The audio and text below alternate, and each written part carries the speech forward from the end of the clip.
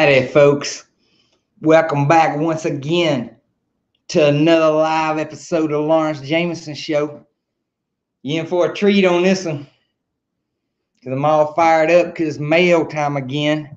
We ain't had one in a long time. It's where we read the cards and letters sent in by the fans and give them all types of advice and whatnot. So we're going to be doing that on this show. But first of all, I'd like to apologize to y'all for not having enough content coming out. I'm very busy in my real life, like a lot of other folks out there. You know, I'm an international country music superstar, so I'm flying all over the world for that. You know, I got to defend several cage fighting championships here and there. I'm racing in the NASCAR Winston Cups. I'm playing in the English Primaris League for the Manchesters. I'm daggum last weekend having a fight at WrestleMania down there in New Orleans. And then right after that, wrestle daggum alligators down in Chalmette, Louisiana with Dan Adams from Paint All the Minis. Now, if you ain't know what Paint All the Minis is, it's the most prestigious miniature figurine podcast in the world. They got folks the likes of Rick Priestley and daggum Gav Thorpe and all the high big wigs from Games Workshop and all the people putting out the new games and whatnot. And now they daggum interviewed me. And so hopefully I told them all about y'all.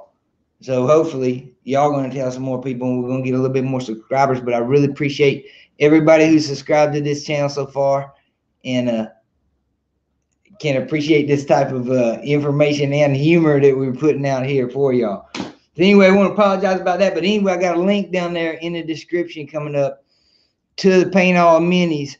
And if you just want to go right now, you can go to the Facebook page called Paint All the Minis. And that's where Dan Adam is the captain over there. That daggum red coat Cajun Dan Adam. But go see him over at Paint All the Minis, the most prestigious miniature podcast in the world. Now, let's get back to what we was talking about, the mail call. Now, last time we just drug through these letters one at a time and picked up one and answered it. But I'm going to tell you right now, I didn't look through them, most all of them. And all they talking about is, you know, you see these letters from all over the daggum world. And all they saying is why can't I do this? And why can't I do that? Why ain't I doing it? What am I not? How am I not? I'm not doing it right. Well, I'm here to set you straight on the main issues that's in all them letters. And the number one thing that you ain't doing right in playing Warhammer is you ain't painting your minis. Now, I hear you. We're going to get to all those excuses. But I will bet my boots that you ain't painting enough of your minis. Bet you ain't. Now, we're going to get into all the other whatnots of why you should paint your minis. But to start with, you know, it's the intention of Games Workshop that you paint your minis. And it says it right here on page 16 of the Warhammer 40K rule book. And I got it marked off of here with this black thing they keep in there. I keep it marked to that in case people don't want to paint their minis. And they come up with, whoa, you ain't supposed to paint them. Well, here you go. It says it right here. Second daggum sentence in. Rather, they are intended to be assembled using modeling tools and glue, and then painted in the colors and schemes that you choose. To this end, Games Workshop produces a range of specialist tools and huge selection of paints. Of course, they start, you know, pushing their products after that. But they are intended to be painted in the colors. So right then and there on page 16, they'll tell you they intend for you to paint the miniatures. You can run over here to these general's handbooks for Age of Sigmar, and it says it in there under open play, the simplest, most easiest, most freest form that you can play in it, right here up in the beginnings. What do you need to play this daggum game? Good Lord, you need glasses. I need them. I'm going to tell you this. It says it right here. All you need to play are your painted miniatures. Their war scrolls, the Age of Sigmar rule set, etc., etc. So they're intending for you to paint your miniatures. Why don't you paint your miniatures? There's a whole mess of reasons why you don't paint your miniatures. I ain't got the time. That's number one. In all them daggum letters I throwed down there, that's the number one. I ain't got the time to paint the miniatures. Well, just here in a little bit, I'm going to show you some shortcuts. If you even listen, to my shortcuts that you could do to quickly put some color down on your daggum miniatures. Part of the problem is Games Workshop itself. They produce a lot of content online nowadays and in the daggum white dwarfs forever and back of most beautifully painted miniatures. And if you get on sites like Paint All the Minis, of course, you're going to see the most beautifully painted miniatures by the top miniature painters in the world on that daggum Facebook page.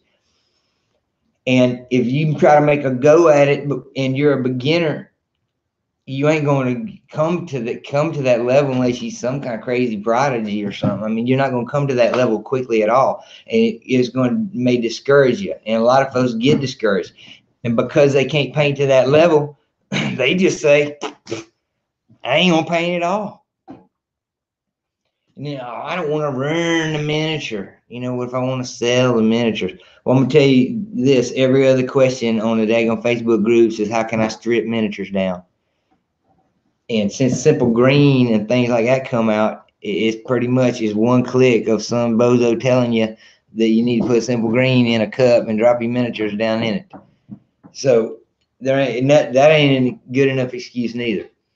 Well, I just ain't got the time to do it. Well, you got time to play the game. That's it, huh? Read the rule book and things. You ain't got 10, 15 minutes I'm telling you, you can paint up a squad of miniatures and put some color to them. And the most important thing about an army on the table is not how well they're painted. When the dice is going hot and guys are dying left and right in whole squads, and you're just raking them off a table 5 and 7 and 12 at a time, it ain't much a difference between really high level competition painting miniatures and some colored miniatures. It's a game piece, Well, I just don't got the time to do it. Well, man, if you really want to do it, you'll find the time, and if you're not, you're going to find some excuses or whatnot, and you can find ways to speed it up. I'm telling you, one of the things that Old Games Workshop talks about, and I'm going to get into this right now, that old feller Duncan, he has done a lot. I won't fault him for that. He has done a lot for getting people to start painting that's really into it and really enjoys painting. But I'm going to tell you this, there's a whole big old slice of the pie of people out there playing this game that don't like to paint, and they're not into it, and they don't give it a go, and it ain't as easy as it looks on the daggone White Dwarf, is it? So he has done a lot for the people that's into it, but what he ain't done is this thing about 2 thin coats. Brother, we can't even get people to put 1 thick coat on, and you trying to double up the time to take to paint a miniature. That's double and you can't even get people to put 1 coat on the daggum things. So I don't understand. the 2 thin coats. You know, let's get people to get 1 coat, and then work your way down from there. So, you know, but like I said, Duncan has done a lot for people that's into it, but people that ain't into it, no. Now, there's ways to paint your miniatures. This is a daggum spray can you can get down at the auto parts store or the general stores in your village or a Home Depot, Walmarts and things, about $3. You can get them in all kind of colors. You can get them in the flat here and satins and all kind of things like that. And you can put that as a base coat and a primer. It says it right there on the daggum thing. Primer and color all in one. Boom. Blood Angels, red, got them. All right. Hit them with the spray paint. This thing here is a paintbrush. You can get them down there at the same places you got the daggum spray paint. Walmart even sells a pack of them for about 10, 12, 15 of them for $5. Get some in paintbrushes.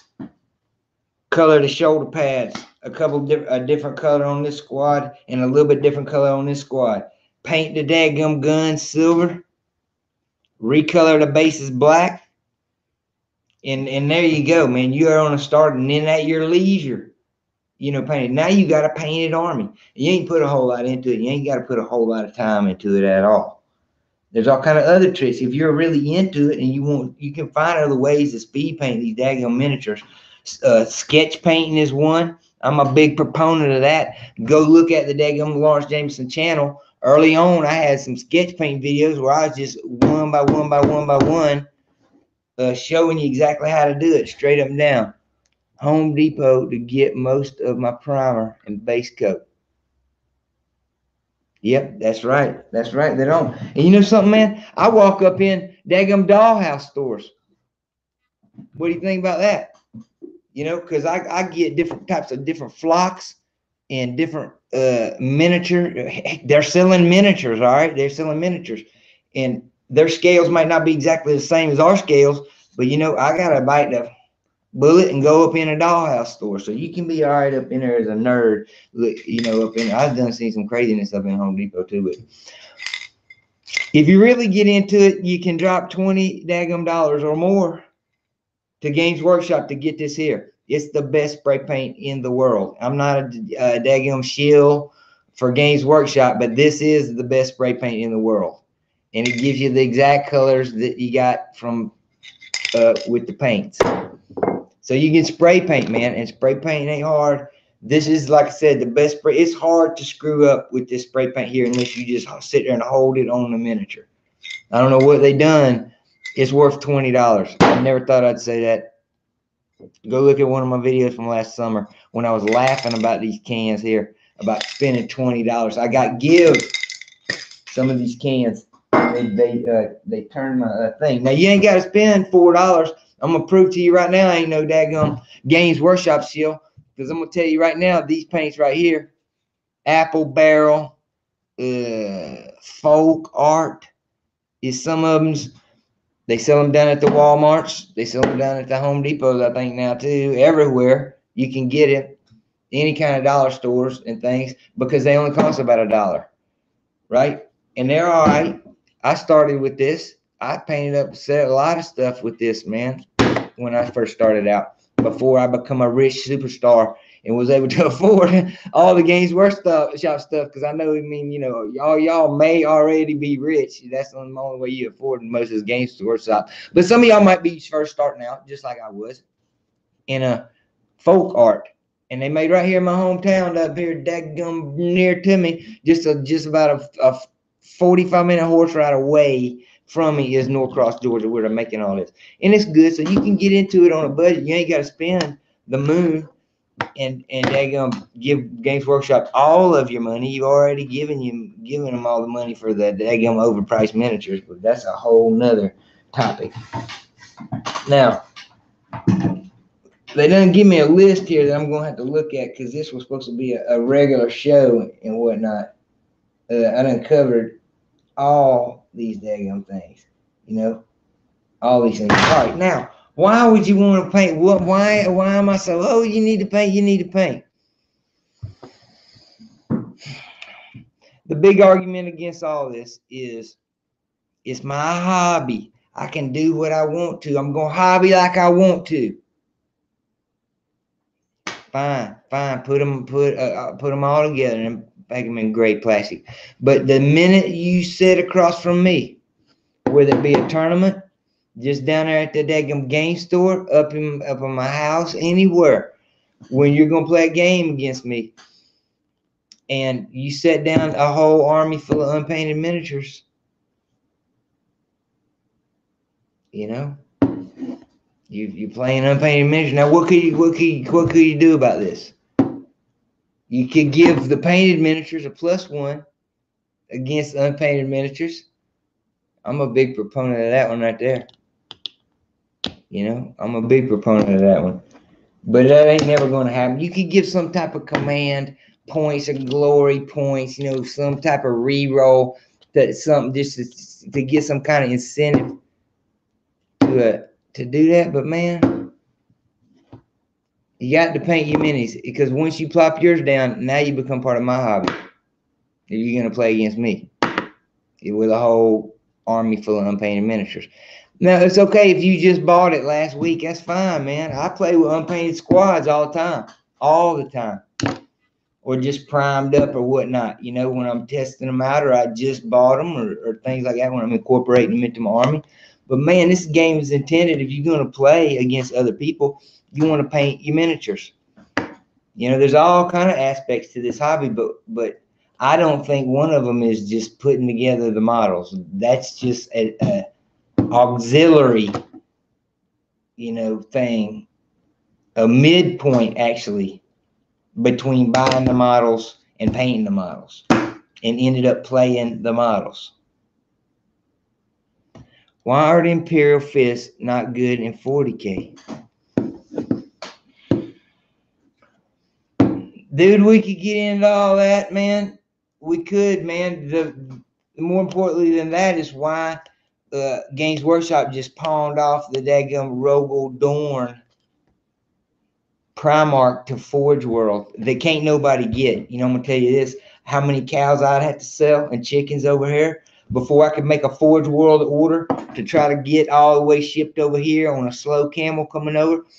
And then the quality of the product, man. Well, who do they got working up in there? That's got to be the easiest job in the world. Forge World quality control, huh? Oh, you're asking because you knew. All right, well, the Imperial Fist, they deserve their own codex. Now, they deserve their own Primarch, and I really thought they were going to bring a Primarch out, because I think they should bring out all the Primarchs. And I really thought there was rumors that he was the next up and all. And I'm not sure why they're weak, man. Maybe because the armor's yeller. I'm not. In the fluff, they're strong, man, and they should be strong in 40K, man. But I just don't know. I'm not playing enough against them. I've been playing now for since the very beginning of the year. I've been steady on Age of Sigmar, man. I ain't played hardly any 40K. I've been keeping up a little bit from it. But I'm going to tell you this, I've been kicked out of most of them daggone 40K groups and whatnot on Facebook. They're very toxic, as you may know. You know, you can't hardly say nothing on there. What is it?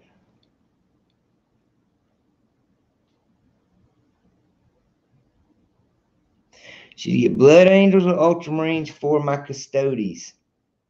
Or just stay full Custodes? Well, man, Custodes is another one of them armies, man. It's just depending on how fat is your daggone wallet. You know, I almost look at them as an allies army. Still, I still don't think they got enough variety of units, because the units they got right now is the biggest. I'm talking about centerpiece units and all. They got, they have a leader and whatnot, but they don't have any kind of centerpiece. They got to be paired, or you got to spam stuff. They don't have enough stuff. So what I would do, man, I played a good bit against Blood Angels and a good bit against Ultramarines, because I got two good buddies been playing with 20 years. And believe it or not, that's the two forces that they play against. So I faced Mephiston a whole many times, and I face everything but the new guys. I ain't faced Robitaille Gilliman, but I'm hoping to do that soon. Next time I'll go down there to Mississippi where them fellas live. But either one of them, man. But here's the thing, man. It sounds like you're spreading yourself thin. You spread yourself too thin on it. You gotta have to pick one and go with it. And look, and this is me. Do as I say, not as I do, because I got so many dang partial armies from starting up from starter boxes. I'll start a partial army off of that. I'll start a partial army off of something like a silver tire, where I got up with a Zinch army. I'm going to tell you right now, I got a heck of a Zinch skirmish force, but when it comes to like putting a centerpiece on, no, I ain't got a big model. I built that army from bottom up. And that's another thing, you know, I started thinking about when I was talking to old Dan Adam in the Paint All the Minis about this, about building armies from the top down or building armies from the bottom up. And I've always traditionally, since I was poor, back when I didn't have all this money and fame, when I didn't have all this, I had to go on the cheap, man. So I had to buy a lot of stuff secondhand, and a lot of stuff I had to buy all the regular units first, and then try to work my way up. And a lot of times I never made it to them big centerpiece models. You know, I'd never make it to the Lord of Change. You know, I'd never make it to Bloodthirsters and whatnots like that, you know. So this time when I come with my Nurgle, man, I built it from the top down. I hit the great and clean one, a Glockkin, things like that, and built it from top down. But that's a whole nother other subjects. I just like collecting the model range, and I like hit 1,000 points with all the new different Custodes army. I'm gonna tell you that's probably a good sweet spot for that army is 1,000 to 1,200 to 1,250 points for a Custodes army. Trying to play 2,000 points is kind of what I was talking about. And there's something to be said for collecting 1,000-point armies, because you can collect a whole mess of them, and it ain't too heck of expensive, and you ain't gotta get the centerpiece models. Because I'm gonna tell you this: once you go up to the 2,000-point range, and you're going down there to the game stores and playing against people competitively, you got to have competitive models, and it can get expensive. I mean, I'm thinking to go to 2,000 points is a lot more expensive than to get from 0 to 1,000. It's a lot more expensive to get competitive models. Especially when you got to buy as many daggum Blight Kings as I got to buy at $10 a model. Who else's regular daggum line infantry is $10 a model? Beast Crawl Raiders or something. But anyway, Blight King, that's where it's at. So yeah, collecting 1,000-point armies, that's good.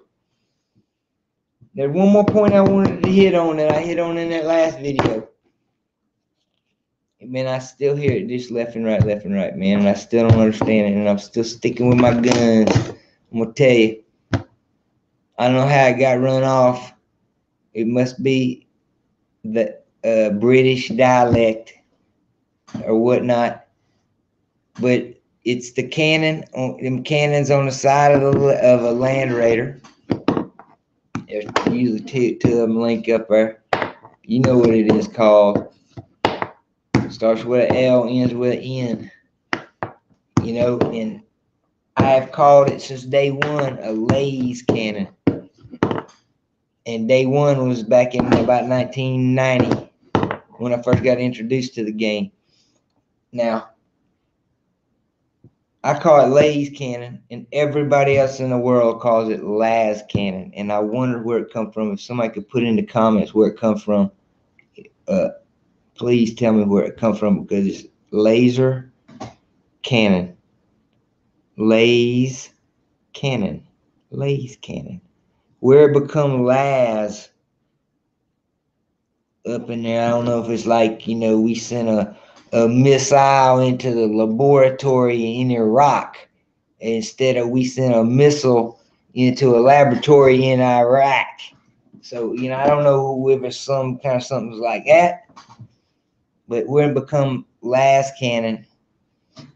I cringe up a lot when I hear it, but I just hear it out all the damn time. So I had to live with it, just like I gotta live with unpainted minis across the table from me all the time. I never berate people about not painting their minis unless I'm really good friends with them already. I might kick a joke out to them about not painting the minis here and there, but you either got to find the time, find the method that fits into your time,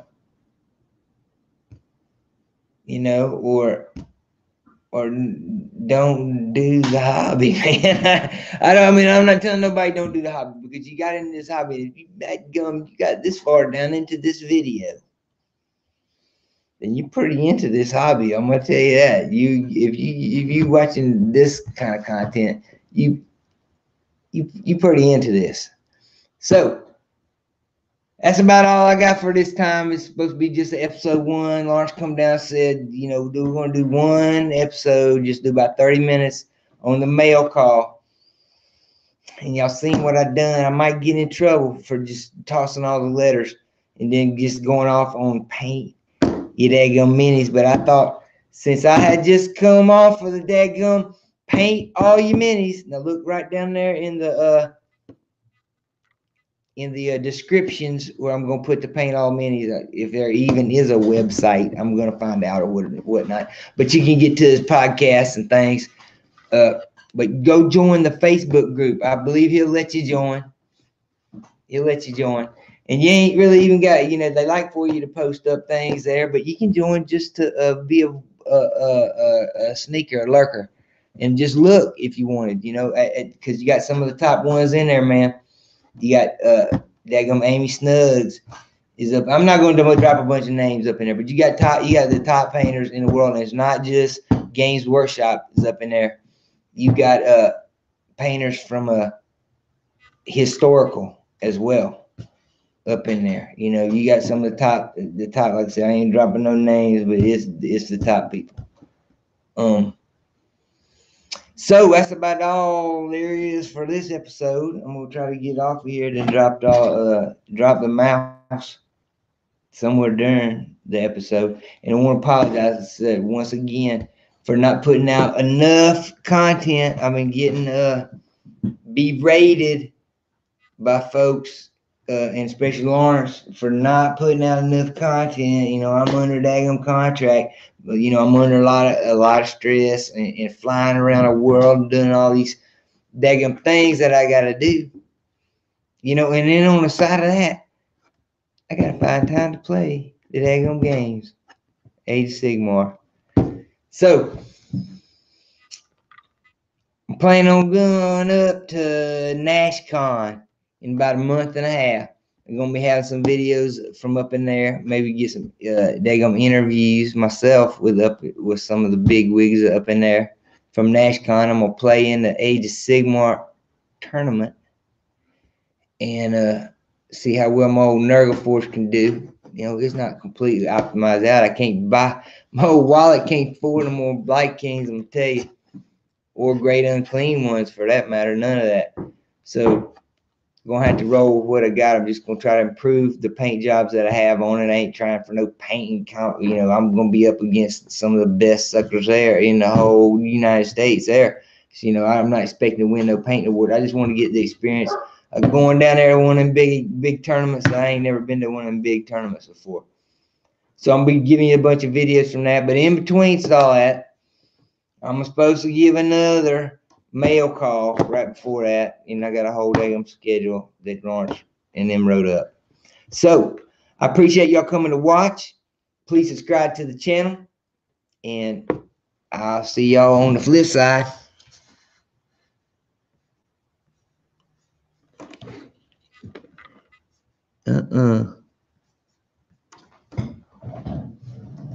This whole thing is broke.